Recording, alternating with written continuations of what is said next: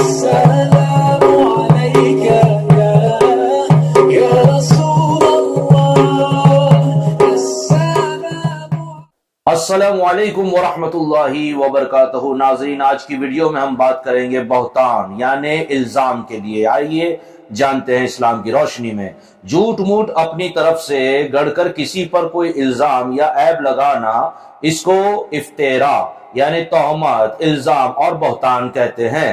یہ بہت خبیث اور ذلیل عادت ہے اور بہت بڑا گناہ ہے، خاص کر کسی پاک دامن، یہ غور سے سنیے گا، خاص کر کسی پاک دامن مرد یا عورت پر زیناکاری کی تہمت لگانا۔ یہ تو اتنا بڑا گناہ ہے کہ شریعت کے قانون میں اس شخص کو 80 کوڑے مارے جائیں گے۔ اگر شریعت کا قانون اس ملک میں ہے اور وہاں اگر کسی پاک دامن مرد یا عورت پر زنا کا الزام لگایا تو لگانے والے کو 80 کوڑے مارے جائیں گے، اور دوسری سزا یہ ہے کہ عمر بھر کسی معاملے میں اس کی گواہی قبول نہیں کی جائے گی، اور قیامت کے دن یہ شخص دوزخ کے عذاب میں گرفتار ہوگا۔ یعنی 80 کوڑے تو مارے ہی جائیں گے، لیکن اس کی گواہی بھی، کسی بھی معاملے میں گواہی قبول نہیں کی جائے گی شریعت کے حساب سے، اور جہنم میں بھی وہ داخل ہو جائے گا۔ اب ذرا بات کر لیتے ہیں جھوٹ پر۔ یہ وہ گندی، گھنونی اور ذلیل عادت ہے کہ دن و دنیا میں جھوٹے کا کہیں کوئی ٹھکانہ نہیں۔ ہم کہتے ہیں نا، گھر کا بھیدی لنکا ڈائے وغیرہ، ایسی مثال ہے۔ آپ جھوٹوں کو نہیں پہنچ سکتے، آپ بڑے سے بڑے مفتی ہو، بڑے سے بڑے عالم دین ہو، لیکن اگر سامنے کوئی جھوٹ بول رہا ہے تو آپ اس کو نہیں پہنچ پائیں گے، مطلب نہیں ہرا پائیں گے۔ جھوٹا آدمی ہر جگہ ذلیل و رسوا ہوتا ہے اور ہر مجلس اور ہر انسان کے سامنے بے وقار اور بے اعتبار ہو جاتا ہے۔ اور یہ اتنا بڑا گناہ ہے کہ اللہ تعالیٰ نے قرآن مجید میں اعلان فرما دیا ہے کہ لعنت اللہ علی الکاذبین، یعنی کان کھول کر سن لو کہ جھوٹوں پر خدا کی لعنت ہے اور وہ خدا کی رحمتوں سے محروم کر دیا جاتا ہے۔ قرآن مجید کی بہت سی آیاتوں اور بہت سی حدیثوں میں بھی جھوٹ کی برائیوں کا بیان ہے۔ اس لیے یاد رکھو کہ ہر مسلمان مرد و عورت پر فرض ہے کہ اس لعنتی عادت سے زندگی بھر بچتا رہے۔ ہر مسلمان اور عورت پر یہ فرض قرار دے دیا گیا ہے کہ جھوٹ بولنے سے بچتے رہیں، جھوٹ نہ بولیں۔ اللہ تعالیٰ نے اور اس کے فرشتوں نے جھوٹوں پر لعنت برسائی ہے۔ پہلے تو میں نے کہا کہ جو الزام لگاتے ہیں جھوٹا، ان پر لعنت فرمائی ہے، اور خاص کر کے ایسی عورتیں، پاکیزہ عورتیں یا پاکیزہ مرد پر زنا کا الزام لگا دیا جائے تب تو وہ گناہ کبیرہ میں مبتلا ہو گیا، اور شریعت کے حساب سے اسے 80 کوڑے مارے جائیں گے اور اس کی گواہی بھی قبول نہیں ہوگی۔ اور یہاں جھوٹ کے لیے اللہ تبارک و تعالیٰ نے جھوٹوں کے لیے اپنے قرآن مجید میں ارشاد فرمایا لعنت اللہ علی الکاذبین، کہ جھوٹوں پر اللہ کی لعنت ہے۔ اب کب اور کہاں جھوٹ بولنا ہے جائز ہے، یہ بھی ہم ذرا سن لیتے ہیں۔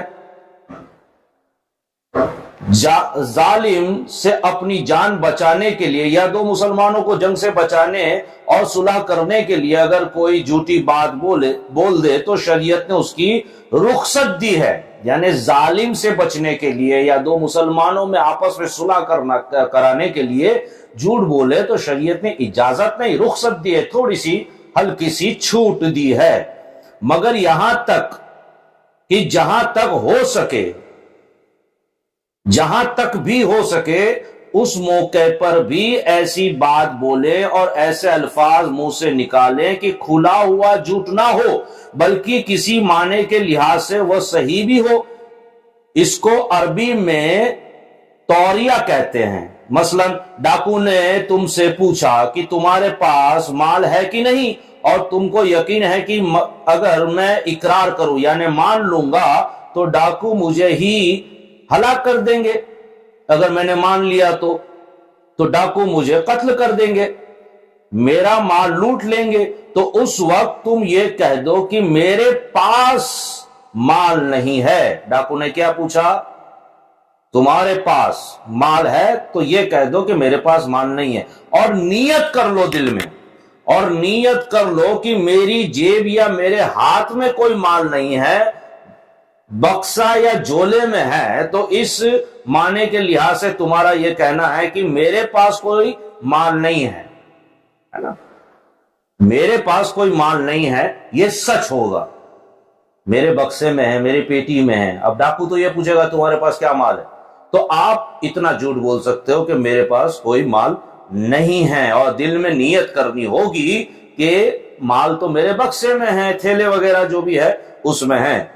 اور اگر کھلا ہوا جھوٹ بولنے پر کوئی مسلمان مجبور کر دیا جائے تو اس کو لازم ہے کہ وہ دل سے اس جھوٹ کو برا جانتے ہوئے جان و مال کو بچانے کے لیے صرف زبان سے جھوٹ بول دے، اور اس کے بعد جب معاملہ حل ہو جائے تو اس کے بعد توبہ کر لیں۔